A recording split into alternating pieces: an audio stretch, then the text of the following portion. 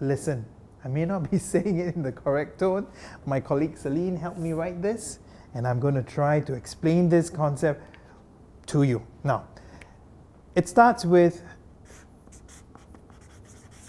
the benevolent king, the charitable king, uses his ear to hear your words, his eyes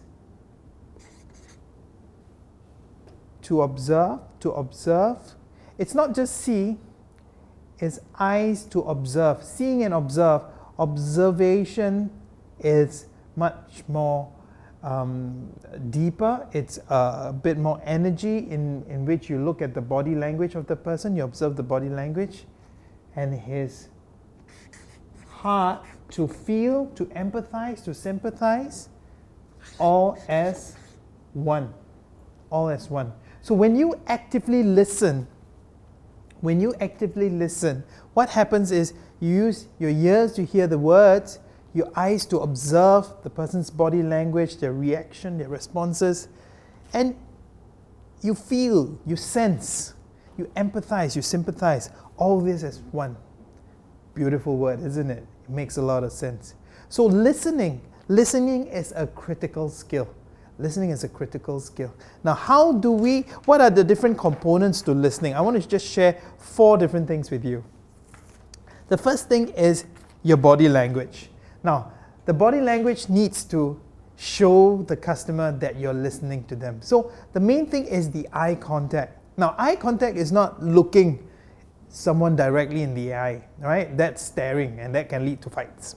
All right? So eye contact is actually a soft focus on the face. A soft focus on the face. But make sure that your body is facing the person. You see, in today's world, we have so many distractions, so many things that get in the way of us listening and paying attention to the person in front of us. You know, we have our mobile phones, we have our emails on, and we say, oh, yeah, just talk to me, I'm listening to you, which is not true because the brain can only hold one item at any one time. So if you are showing a positive body language where you're actively listening, your body is facing the person, you have soft eye contact, the soft focus on the face, very good eye contact, and your facial expressions show that you understand. Your facial expressions show that you understand. Now, the next thing is minimal encourages. This is when you're listening, use words like, I see, I understand. So what happens is the person speaks more. The person opens up more. And as you're listening and when you use these words, it triggers to encourage them to talk, to speak, to open up. The next thing is paraphrasing. So when you ask the questions and you have open-ended questions where you're asking, good listeners will always paraphrase. We say, okay, so what you're saying, Mr. Tan, is this. So what you're saying, Julie, is this happened because, okay. So what you're doing there is clarifying, which is a very good skill. Paraphrasing. And finally, turn-taking. We all want our piece. We all want to have our say.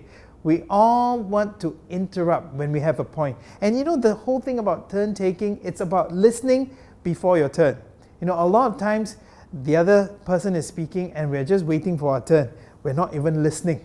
We're just waiting for our turn. And once the person stops or there's a pause, boom, we go in. Turn-taking is basically listening, asking questions, listening, and then knowing when to come in and say your piece.